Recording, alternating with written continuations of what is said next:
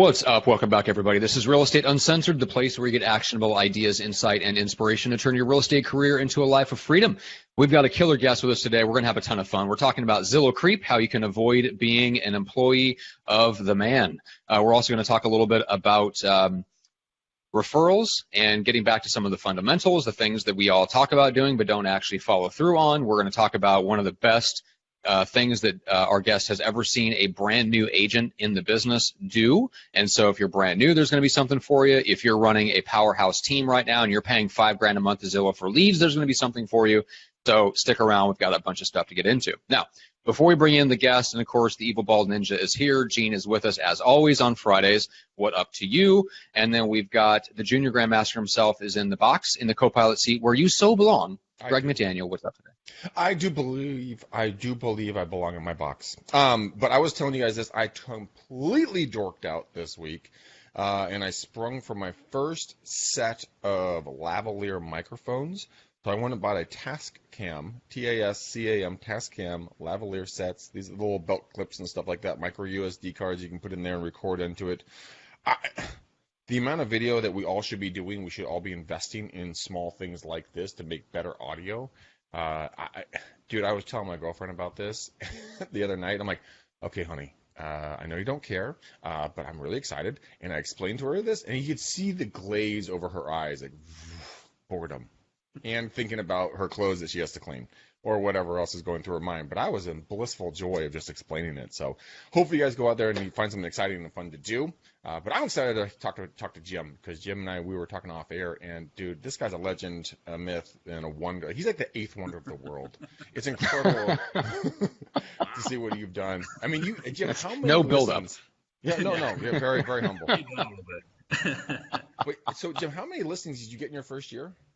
The second year, I took 150 listings. Second year. Good Lord. Yeah. That's incredible. And you didn't even have the Evil Bald Ninja helping you. You just did it all on your own. Just on myself. Yeah. Sounds like you did it the hard way. Goodness. All right. So, there's a whole ton we could say about your background. So you've been in the top 1% of realtors worldwide. Growing the company to 7 offices to become the largest independent real estate company in the state of Oregon. But let's jump in. Like, what do you tell people that you do, and what's your role at the moment? 17 offices, not 7, but I just did I say 7? Yeah, you're cutting the man off at his knees already. No. Matt. Trying to read under pressure. So that's what I get.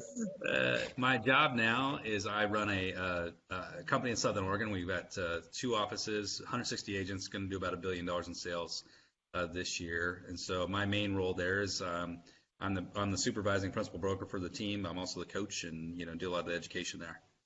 Very cool. Yeah, that is awesome. So what was the original? What's the core office? Is there a home office? The flagship, the mothership we call it, is in Medford, Oregon. Just over the border from California. Ashland, nice. And what's the size of that flagship office? We have 120 brokers in that office, and then we've got about 40 in our Ashland office, 30 to 40, and then we just opened an office in Eugene. So that's just launching a smart office. It's super cool. It's all virtual. We've got smart desks. You can put your phone down on the desk, and the desk charges your phone, any kind of phone. What? No way. Yeah. That's awesome. Rad, dude. I'm super excited. My parents just they randomly give me weird shit, and they gave me this fast charger thing. I just put my phone on that, and it automatically charges it. But I thought I was cool, but your company sounds way cooler than my desk. Yeah, man. So, and then the desk will, everybody's into the rising desk, so all the desks in the company will rise up and down. People can stand and sit, and they love it. Oh, that's so cool. It sounds like you're kind of definitely ahead of the curve when it comes to technology and kind of trends and everything else. Has that led to a portion of kind of where you guys can claim the success and the growing popularity of your brokerage right now? Yeah, I think so. I mean, I think, I always say there's only, really 2 or 3 reasons why you should join any real estate company. And the reason why we've been so successful recruiting and retaining agents is it's, technology, it's your support staff, and it's your culture at your office. So if you got to have those 3 things to retain and recruit anybody. So we try to show it off. We're pretty deep into technology. At my company, we have 2 full-time technologists, and all they do is help agents with technology, no charge. So people got a problem with anything, website, app, some kind of real estate issue, video, whatever, we'll help them through it, no cost. Dude, Nice. that's amazing. We in our my old brokerage, we actually had a green room, a videographer, Love and an it. editing staff that would help the agents do stuff. And guess what? Nobody used it. They're like, what's a green room? It, They want the red room, not the green room. It's so annoying, but I mean, I love the fact that you guys are so, forward thinking on stuff. When it comes to the technologists, I'm using your term. I don't know, is that a word? Technologists? I just made it up, but I bet it Okay, wasn't. good. I'm like, I don't think I've heard that before. Tech guys. Tech guys, Gene, have you ever heard of technologists before since you're in the tech world? I think you just made that up. I did. Okay. No, I have, of course. The book. But I mean, with that in mind, I mean, are you seeing both older and younger agents tap into the technologists? I'm just going to use that for the rest of the show because it's like how bad that is. The technologists, and really kind of use it to kind of tap into their database and really kind of mine that, and also go out there and maybe develop ads for Facebook, Instagram, LinkedIn, or whatever else, and become more than a park bench that you put your butt on, with a smiling face, that actually become a human being. Are they using the technology?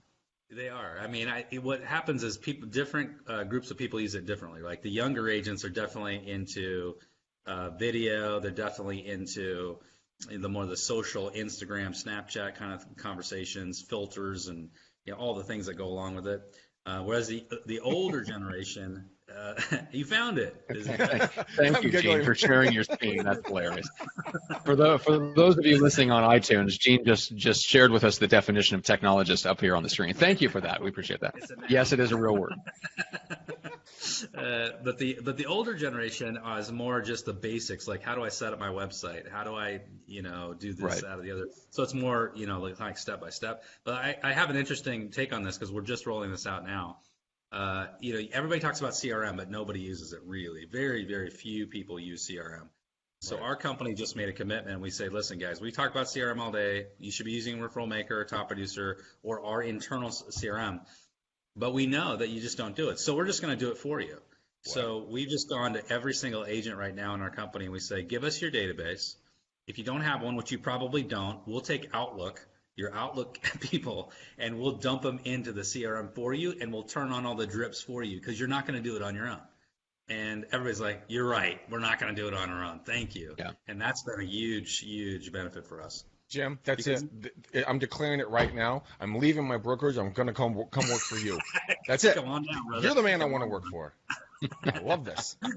Yeah. Oh my gosh. Yeah.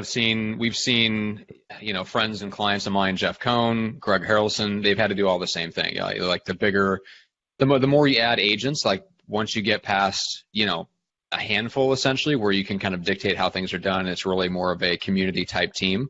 Once you get bigger than that, if you want them using a database or using a CRM in any meaningful way, you have to do it for them. And that goes into our conversation. So we might as well just go there now.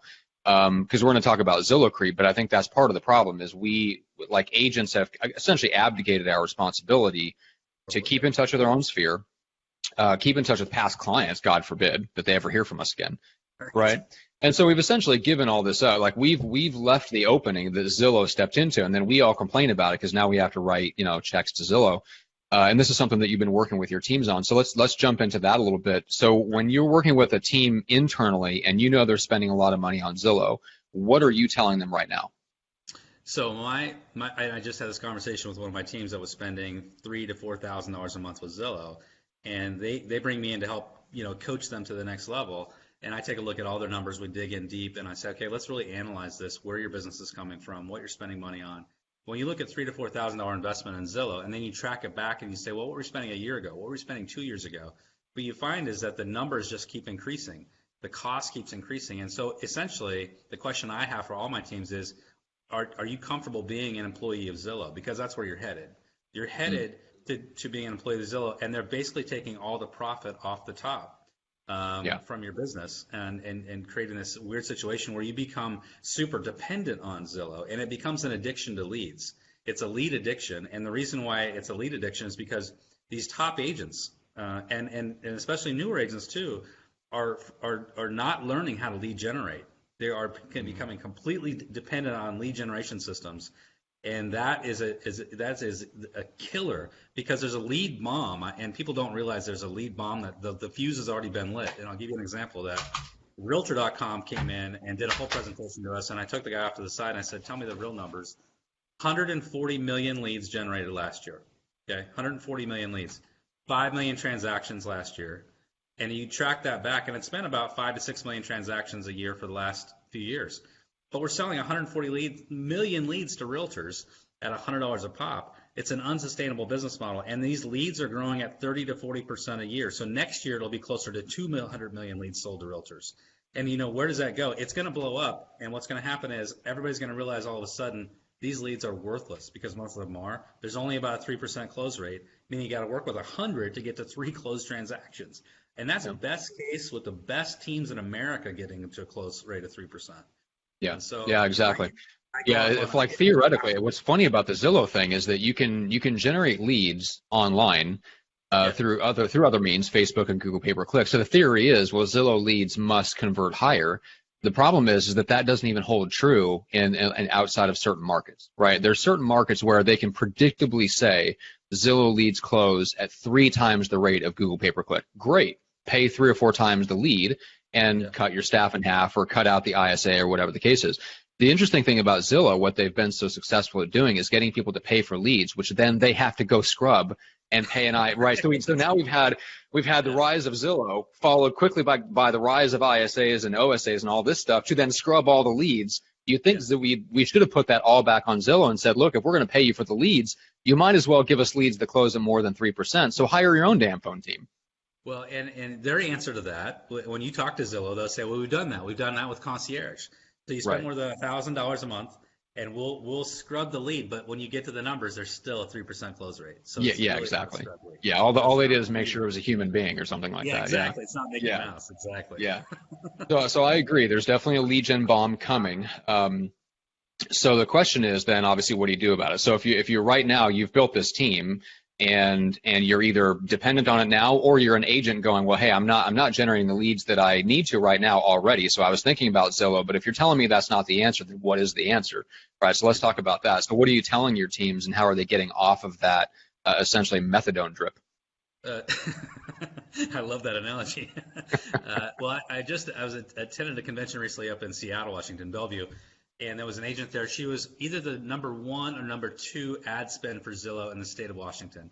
So she was literally spending $20,000 to $30,000 a month on Zillow in like King County. And so she did the ROI analysis on her business, and she just said one day, I can't do this anymore. This is crazy. I've got all these team members working these leads, and I become an employee of Zillow. So she said, I'm going to turn all that off, and I'm going to spend the same amount of money, but I'm going to spend it on direct mail. And I'm just going to do direct mail, $20,000 to $30,000 a month of direct mail. And her numbers skyrocketed on lead gen. She went from that 3% close up to like 8 or 9. I mean, it was a huge difference in her ROI. I mean, there's just no comparison. You think about how much the impact you have with 20 to 30,000 pieces of mail or more. I mean, it's incredible, right? So, I mean, that's just one small example. But for all of my agents, I say it's the 3 C's. It's capturing client data. It's cultivating client data over a long period of time, and that means incubation, which means CRM, and then closing them into transactions and referrals over a longer period of time. And what happens when you look at top teams, even in my office where we have teams doing 60 million, we got teams doing $50 million in business. When I drill into their database, a lot of them still don't have great CRM. A lot of them aren't dripping on their clients. A lot of them are not doing that. And so the number one thing I say to an existing team is you've got to take control of your database. You've got to have CRM, and it's got to be religious CRM, just like any Fortune 500 company.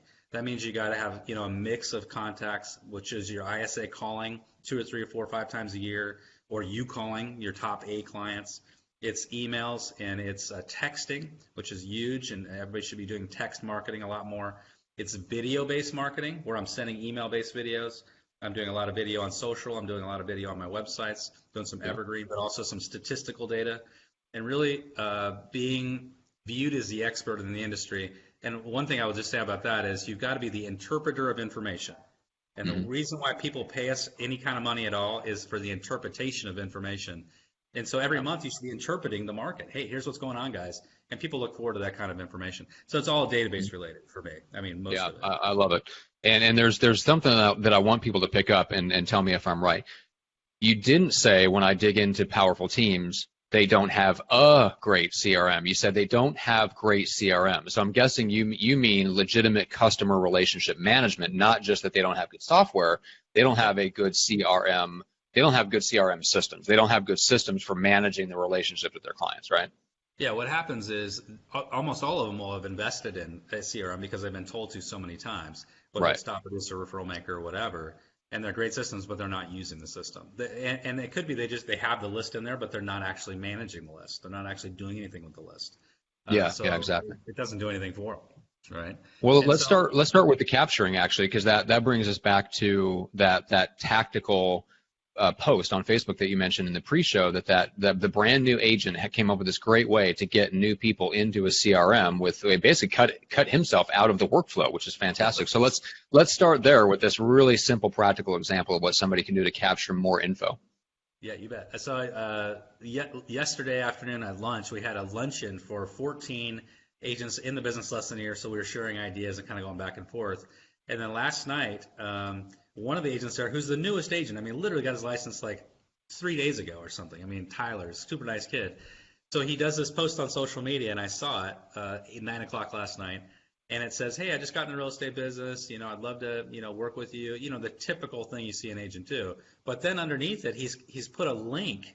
And the link is to a form, and there's a ton of form companies out there like Jot Form and that. But the form is so that clients can fill out information. And so in his message, he said, if you would do me a huge favor and click on the form below, I'd love to be able to connect with you on social media, by email, and send some information about real estate to you from time to time. I don't think I have everyone's correct contact information. And then in his actual form, when you click the form, it brings up a separate screen. But brilliantly, he has a picture of his whole family on the top of that form, a description of why he's getting in the business, and then a lot of information, not just name, address, phone number, email, but quite a bit of information like, tell me about your house, the size of your house. Are you interested in selling? Are you interested in buying? Do you know of anyone else that's interested in buying or selling? But really, really good information. And so I texted him last night. I said, how's this going for you, man? He says, I'm already getting a ton of people signing up. It's great. So it's actually, and I was thinking, how do no one else in the world think of this silly but easy to implement idea? So it's really working well for him. Yeah, I love it. I was talking to, you guys will appreciate this. So I was talking to Greg Harrelson the other day. We were recording something for his podcast, and he was sharing how they've got their CRM set up because they use Infusionsoft. And he mentioned that he's never logged in. He said he can maybe count on less than one hand the number of times he's actually logged into Infusionsoft himself. I'm like, well, how is that possible? Like, well, because we created a sheet. So the sheet, all of our agents in our office have that sheet, and all they do is they're filling out and they're circling and blah, blah, blah, and then they hand those sheets in at the end of the day or halfway through the day, and then an assistant is actually doing the data entry. So that's even at scale with a big team. Yeah, you want to just make it as drop dead simple as humanly possible, and just make your CRM like whatever you're going to use, make it super, super easy. And yeah, that was what was funny, because he's another one of those that's known as a tech or tool enthusiast, and that's true, but he's also a realist, right? Which is you do what you're going to do. And so I think those are both really good examples of just making it easier for people. And it doesn't mean that all the responsibility has to fall on you and that you have to learn every in and out of some random software in order to have CRM in your business. Absolutely. Absolutely. And another good thing I when I'm coaching teams is I'll say we need to measure the health of your database. And the health of your database is how many referrals is it generating for you, right? Because nobody tracks this stuff. And I have something called the A ratio I use with my coaching students. And the A ratio is take the total number of transactions divided by the total number of people in your database. And the average should be 10%. In other words, 10% of your database should be sending you at least one referral a year. And if it's not, if your number is less than that, then you have an anemic database. It's not producing. And it's usually never the database that's the issue. It's not like you have crappy people in there. The issue is, the breakdown is you're not communicating. And you got to be communicating 9 to 12 times a year just to stay top of mind and get those referrals flowing. Yeah, I was going to ask you about that, Greg. I don't know what you found with your database over the years with your family team and stuff. I'm always curious whether because I've heard Gary Keller mention roughly that statistic. I think it 1 out of every 12 is how he puts it, should send you a repeat or referral deal. So I think that's something like 8%, is the way that they put in the Millionaire Real Estate Agent. I was always curious that kind of how that actually translates out in real life to most people's databases. So it's nice to hear that, confirm that's kind of the same thing that you found to be true. Greg, do you feel like, is that possible? Do you see that holding true in your database?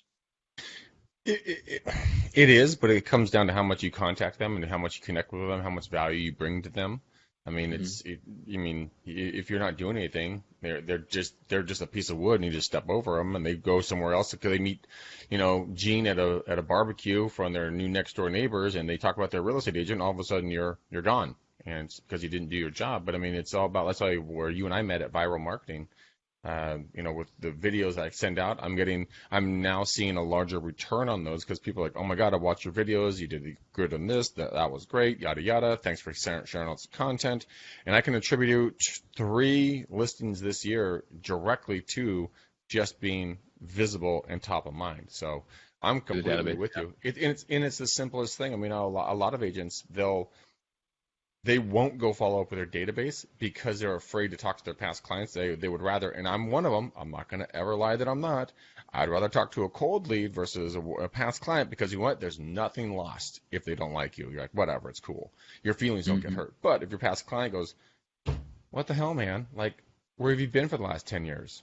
And you're just like, right here, scared to talk to you. Well,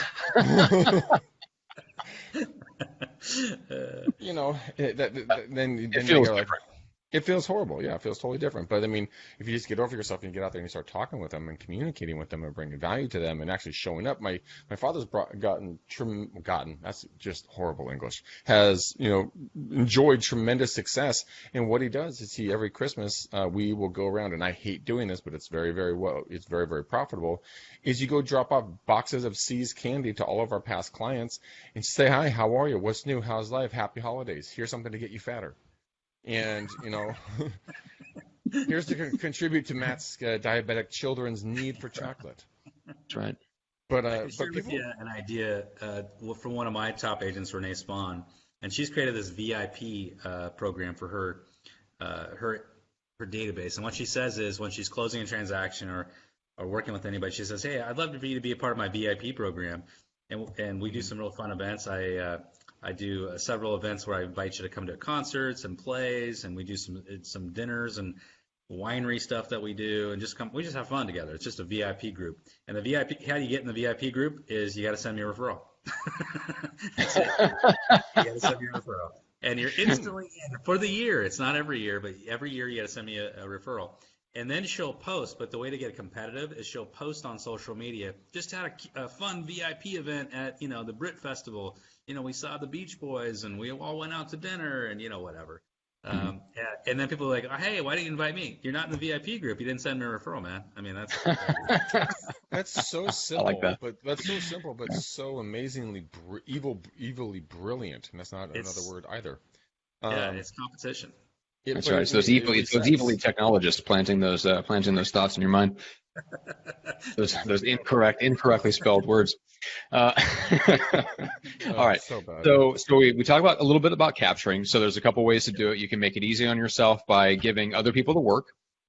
You can create yourself very simple systems where you fill out things and then enter it in batches, or pay somebody else to enter those sheets of paper.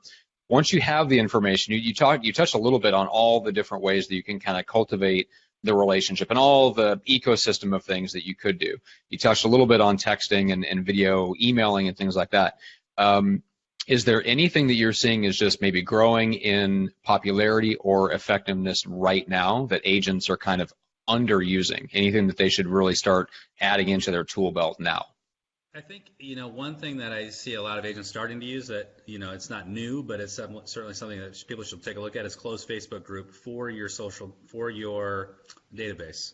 And I like that, The closed Facebook group for your database is because if you're trying to create VIPs and create some level of culture within this universe of your clients, that's how you do it, by sharing and have ideas just within that closed Facebook group. But I'll give you an example of this. One of my agents, Janet McNown, recently moved to Bend, Oregon, which is a beautiful place to live. And she does this system she calls Blend, which is what the name of her mixer that she does every month. And this is such a brilliant idea. I always talk about it. But what she does is she invites people that are already in her database, like people that she really likes being with, right? That are cool people.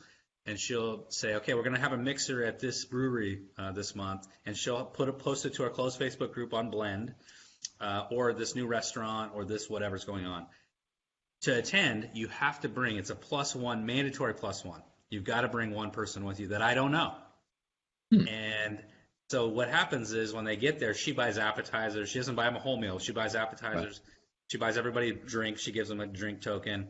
But what happens is if she invites 30 of her friends, they're bringing 30 friends that she doesn't know already, and she gets to connect with them. And so it's a mixer every month that just organically grows, and it's such a powerful, powerful, simple way to build your database, because the people that are coming are people that are very much in the socioeconomic path or cluster with the people that you already know. So it's not like you're getting these cold people that are buying single-wide mobile homes or something. Nothing wrong with that. But you're getting people that are who your real target is, which I think is great. Yeah, I agree. I'm thinking about all the applications of this to dating, but I'm going to set that aside for the moment and think about. So there's a company that we've had on that Greg has used called Rockstar Connect that will run the event for you for a flat monthly fee. They find you the location, they hook you up with the food, so they take care of that part of it. But yeah, so you could totally have something like that in place relatively quickly, and then you just make that the stipulation that, hey, this is by invite only with a +1, that's the stipulation. You bring somebody that I don't know, and then we all network together. That's something, Greg, you could easily integrate that strategy into what you're already doing with Rockstar Connect and just amplify that strategy. Yeah, I love Rockstar Connect. I love getting out there, and I love getting around the people. And it is very, very powerful, and I would love to try that whole, like, hey, bring a friend, get a friend kind of a thing. So many jokes that just went to my head. Did you say bring a friend, get a friend? Yeah. Okay. Yeah, I was gonna say that does wander firmly into the dating category. All right. So you talked about how cultivating ends up kind of incubating. So let's talk about that, because I feel like agents. One of the things, and this is not obviously just applies to agents. I think most business owners are that way. We have a hard time dealing with the incubation period, right? Because we need the results now. So the problem that we have now is that we weren't doing things 6 months ago, and that's the effects that we're feeling right now. But we don't have the patience to start doing the things that'll get us the results 6 months from now, because we need results now. So how do you help, especially agents that are showing up and they're in your office, and you have some, so you have a little bit more control and you have the ability to kind of get into their life on a coaching level. How do you help them through that incubation phase? That's a great question. So there's a study that Google did, and they partnered with NAR about this incubation issue. And they found that when people fill out an online form or they go to an open house, a lot of times in that initial stage, only 25% will do something within the next 30 days. 25%, right? The vast majority, 75%, it'll be a 6 to 9 month incubation period from the time they first do a Google search or go to an open house for the first time. It's 6 to 9 months before they pull the trigger. So if you're an agent that's only working now clients, you're capturing 25%, but you're missing 75%. Yeah. So you've got to have that cultivation, that incubation over the long haul. So there's a lot of techniques that we train to, of course, putting them into CRM, putting them on a drip.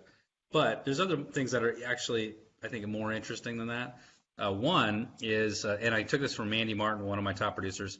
What Mandy does every time she's talking to somebody, she says, I know you're not in the market to buy a house. I totally get it. You love where you're at. But tell me about your next dream home. Mm-hmm. And then they'll say whatever it is, right? Oh, I'd love to be on the water. I'd love this, that, or the other. And she goes back. She makes a note in their CRM. And she just did this, I don't know how long ago, 3 or 4 or 5 months ago, with her dentist. She's sitting in the dentist chair. Tell me about your dream home. The guy says whatever. She goes back. She makes a note of it. But then anytime a listing that's really fabulous that hits that comes up, she texts it to him. She emails it to him. Hey, I know you're not ready, but here's your dream home. Guess what? Guy bought a house and sold a house. Whoa, nice. Because of the dream home. So I've been training my agents to ask the dream home search. And so what you say to the client, what you say to everybody you meet is, tell me about your dream home. I'd like to do something kind of fun with that I like to do for my clients. I'm going to set you up on a dream home search.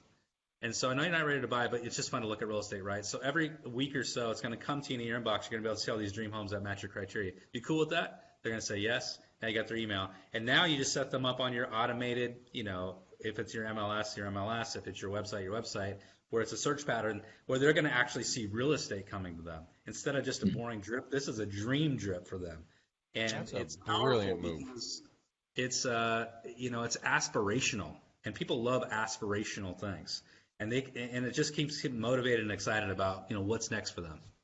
I love that idea.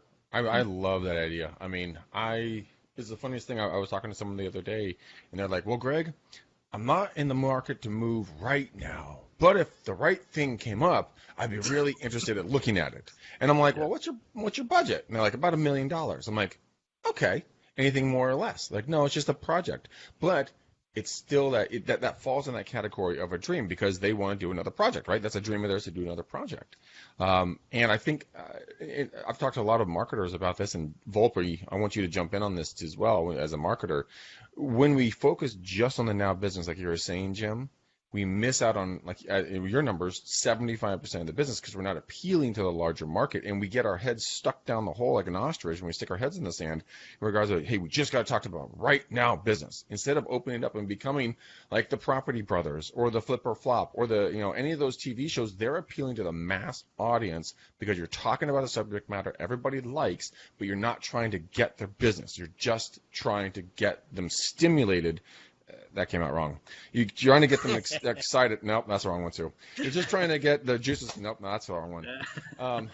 But I mean, all jesting aside, I mean, you really are trying to get their minds really start tweaking in a different manner instead of looking at like this has to be the perfect dream home. It's like, no, this could be right now. It doesn't have to be down the road. It can be whenever the opportunity presents itself. And I think, Jim, that is just a brilliant move that your agent's doing. I love it. I'm going to steal it. Good, do it. I love it. Well, it just goes to show you, people. This is why I'm always skeptical of new apps, new tools, new websites, new whatever that focus on helping match the consumer with the agent that they want, because the consumer doesn't care about the agent. What gets the consumer to move is life events combined with the dream home. Like this, the agent has always been secondary to those two things. And so, I mean, that to me, that's why Zillow won the game, because they understood, well, we can't control the life event thing. Now there's predictive analytics coming to try to take advantage of that stuff, but it's not quite here yet. So let's figure out, well, if we can't control the predictive analytics part of it and figure out what their life events are, let's go after the dream home and let's get them when they're looking. And then we'll kind of downstream, we'll send them off to an agent. And by the way, we'll charge them for it. So it kind of brings this whole thing full circle, because the bottom line is they figured that out. And while agents were sitting around trying to figure out how can we shove more agents in front of the consumer decided that's not what they wanted, and they wanted houses and they wanted HGTV, and Zillow figured it out how to give it to them and to charge the agents for the privilege. So yeah, it's an interesting gap that we've kind of left, and we've really done it to ourselves by not understanding the consumer and what their process wanted to be. But that tactic right there hits exactly right at the heart of what the consumer wants, is they want to be pulled out of that house by either something good happening in their life, or they find this amazing dream home that makes them want to leave. Yep, exactly. And it's the same reason why a seller, when we're talking to sellers, and I always train my agents to do this, when you have a seller and you just listed their house, the first thing you do right after you list it, I mean, while you're at the house, is you say, okay, now that we got your house listed, we need to start looking for your next house. And the reason for that is because I'm going to sell your house. And so right. I flip the switch and I treat them as a buyer, because as soon as they start getting engaged with that next purchase, their motivation to sell this goes way up. So it's kind of the same along those same lines. We've got to give those sellers aspirational goals too. Same thing. Right. Exactly. Yeah, that's very true. Love it. All right. So wait, hold on. I'm going to go back. Sorry, I just woke up. I want to go back to something that you said, because I disagreed with one little thing there, Matt. Good. Wait a minute. With what I said? Yes. Yeah, just one little, I said something disagreeable? Yes, all the time. You said they don't care about the agent. And I think what Jim and Mandy did effectively was made the person with the dream home or the dream care about the agent, because the agent cared enough to listen to what they were saying. And so now that I'm getting emails on my dream home, I'm always going to look at a house up the mountains on a lake. I always want to do that. Sometimes I do that when I'll seek it out myself. But if I had a conversation with Jim and Jim said to me, I'll hit your criteria and just send it to you once a month. Are you interested in that? And Jim's face and name are on there. That makes me emotionally attached to Jim. So I actually do care about Jim a little bit because he cared enough to listen to me and serve me what I don't need yet, but I might someday. And when I'm ready to buy that house, I'm calling Jim. That's right. Well, I agree with me.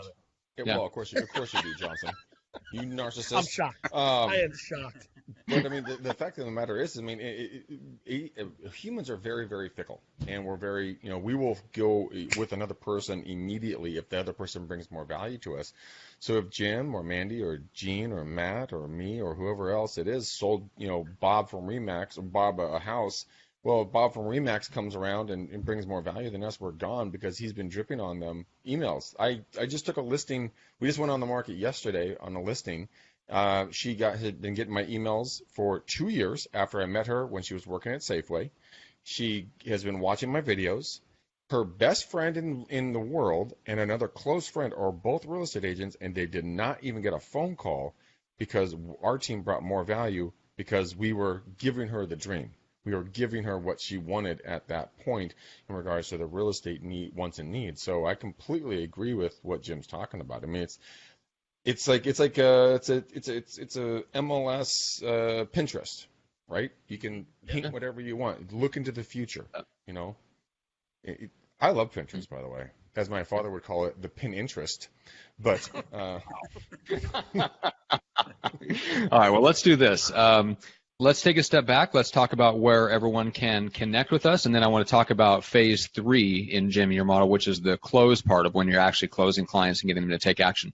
So we got something fun to finish off with, but Jim, what's the best way to connect, especially if somebody's in, let's say, the Pac Northwest, they're anywhere near you in Medford or one of your 17 grand and glorious locations, and they might want to partner with your team in some way. How do they reach you? So one thing that's happened with me over the years is people have said, Jim, I want you to coach me, but I don't want to work for you because I'm in Michigan or something.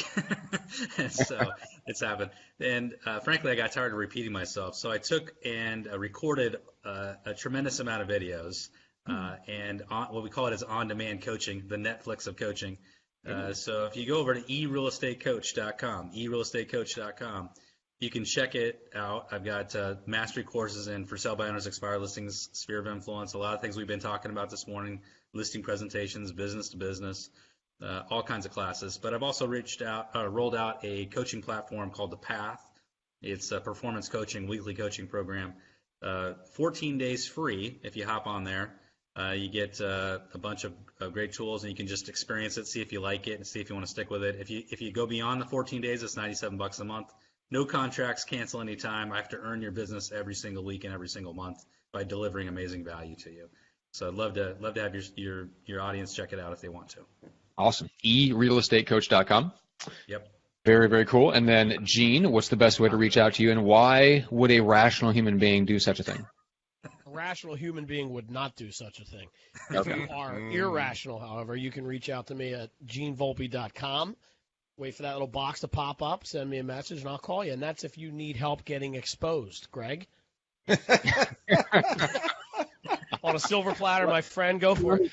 Now, let me clarify what Gene does. Gene helps sales professionals and local businesses get more exposure online, specifically by doing, among other things, taking videos and content and multiplying them into different places and putting you in front of more of the right people so you get more qualified leads into your pipeline. How's that, Gene?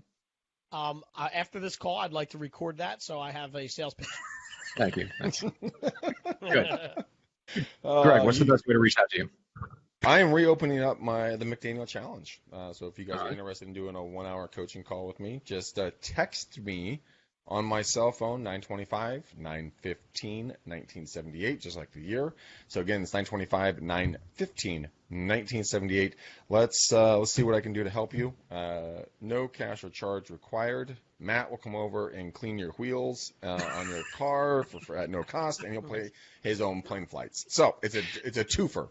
You get clean wheels and you get coaching. So that's how they get a hold of us. Yeah, and I was going to make a joke about how if you text Greg and he asks for a picture back, you've reached the wrong number. And I was thinking about holding him back on that, but then you made a crack about me showing up and washing people's wheels, and I'm not going to hold back. So there you go. That's how you know. And then for me, make sure to go over to howtogetfeatured.com. So one of the things that I put together for my clients and friends, if you want to get featured on more podcasts, you really shouldn't be doing all the work to do that. There's a lot of benefits to getting featured and a lot of ways to leverage guest appearances like what Jim is doing with our show. But you should not be the one doing all the reach out and scheduling and all that fun stuff. You should have somebody on your internal team do that, like a virtual assistant in the Philippines or an in-person assistant or even an intern.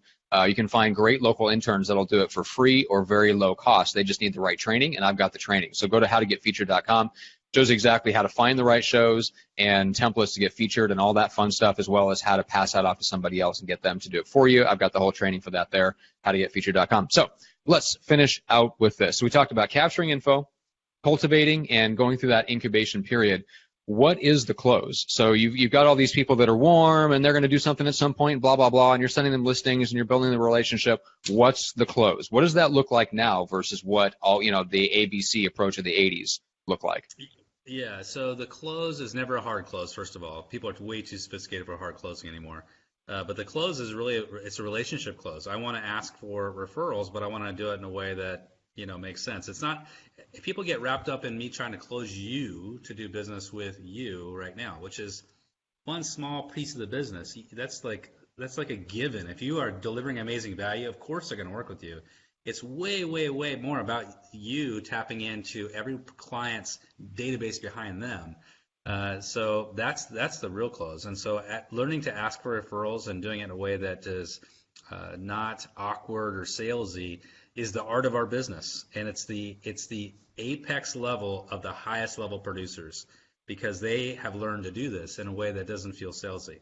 So I'll give you a classic example of this. I use what I call the 30-day miracle window. And it's like when you go to a restaurant, right? It's like a really nice restaurant, somewhere maybe you haven't been before. Like for me, Portland City Grill is a great one in Portland, Oregon. If you haven't been there, top of the world, you're sitting up there having a great meal.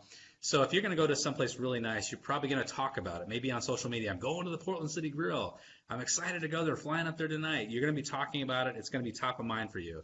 Then when you're there, you might be posting about it like, hey, I'm here. Look at my meal. And then maybe after 30 days after that, you're going to be talking about it still, and then it's going to fade away. Same thing is true for our clients. We'd love to get referrals from them forever, but the reality is there's a window of time around them. The most likely time you're going to get a referral from someone is in that 30-day window while they're inside the experience or leading up to the experience or right after the experience. So I have to make sure that I'm asking these questions, and this is where every single agent generally falls apart. They don't ask these questions. They wait till 3 months after. And so here's an example of one script we train our agents to use with buyers. Is we'll say, hey, listen, I bet a lot of your friends are jealous.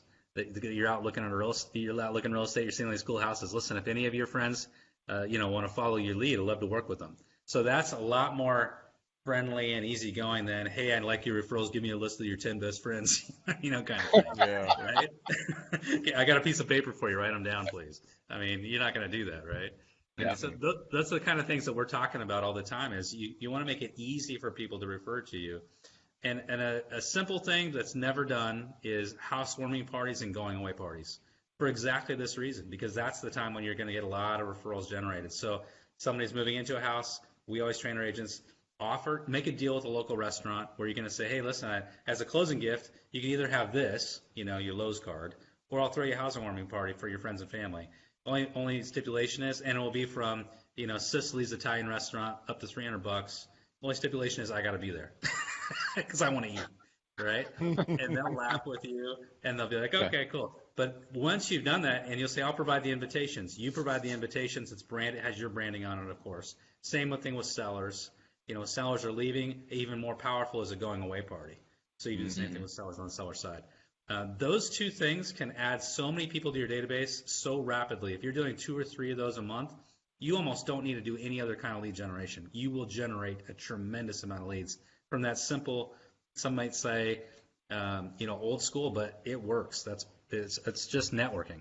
It works 100%. We call them sorry to see you leave and welcome to the neighborhood parties. Love it. the two different types, and it is truly powerful. And I like your mind and my mind work almost exactly the same way.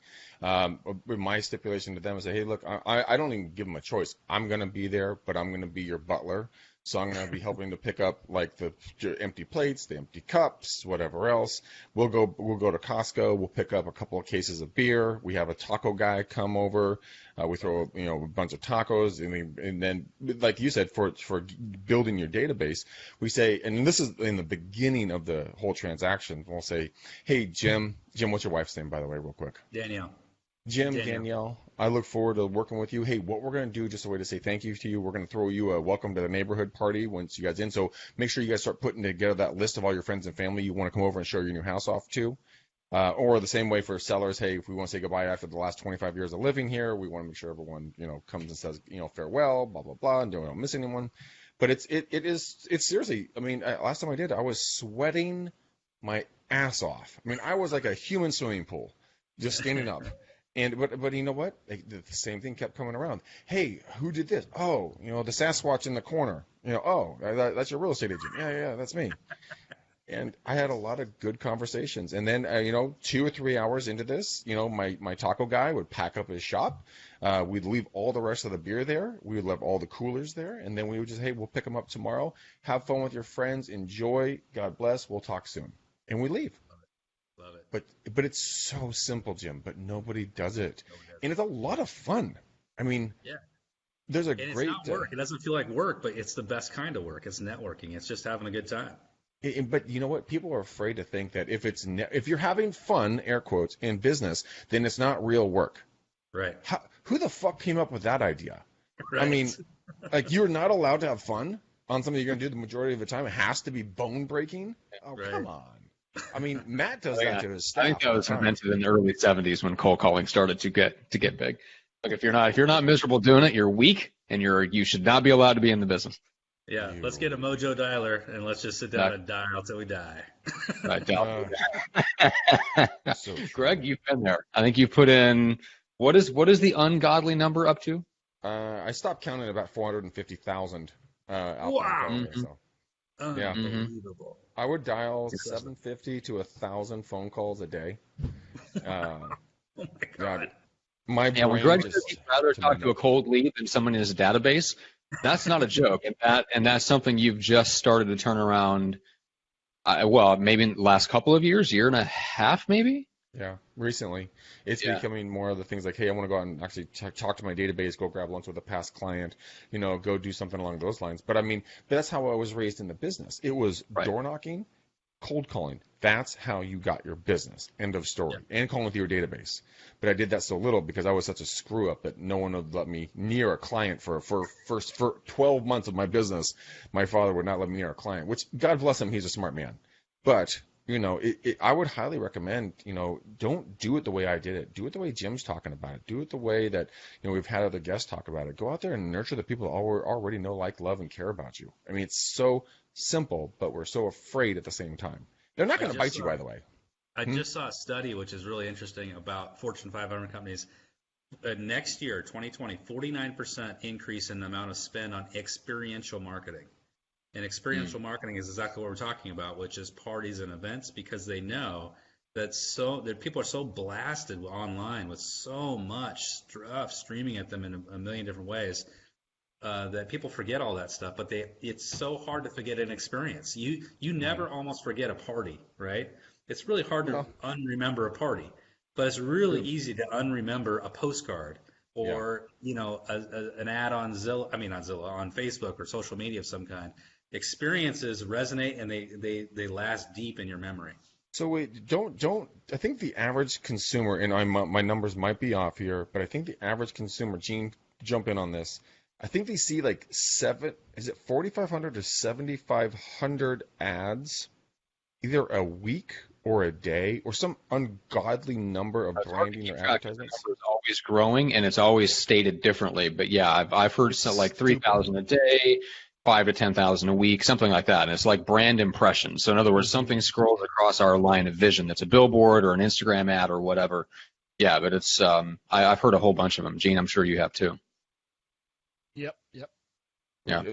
Gene is so talkative today. We've got to put a muzzle on this guy. Good Lord. I mean, he just steals the show. Just steals Eagles it. Eagles have one bad game, and he basically is phoning the show in. The Eagles are 1-0. You're talking about those marketing messages. Some agents will come in and they'll say, "I'm going to spend my way to brand recognition." You can't do it. I mean, you just can't do it. It's just it's impossible.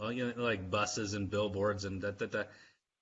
You take all that money and you invest it in relationship marketing, which is events and networking and mixers. The rate of return is so much different, so much better.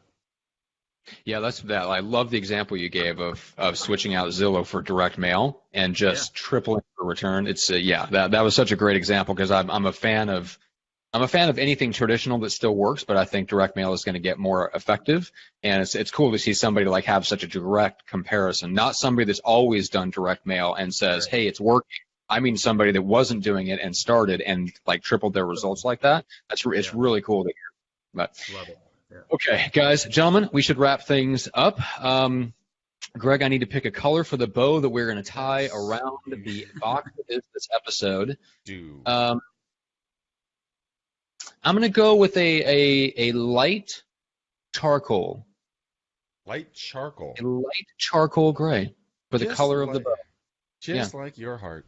A light charcoal gray. All right, guys. Well, Jim, thank you so much for coming on. You are absolutely amazing. I know we barely scratched the surface with you. Love to have you back if you can tolerate Matt's incessant talking. And Gene never stopped, never giving us an inch to breathe here with all of his comments. But you know what?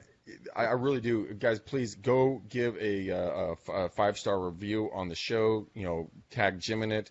He's obviously a legend, and he's crushing it. This guy can probably help your business. Not probably. What the fuck am I saying? This guy will help you grow your business to exponential height. So, you guys, we love you to pieces. Matt kind of loves you with his tiny cold piece of heart. Gene and I care for you deeply. Jim loves you unabashedly.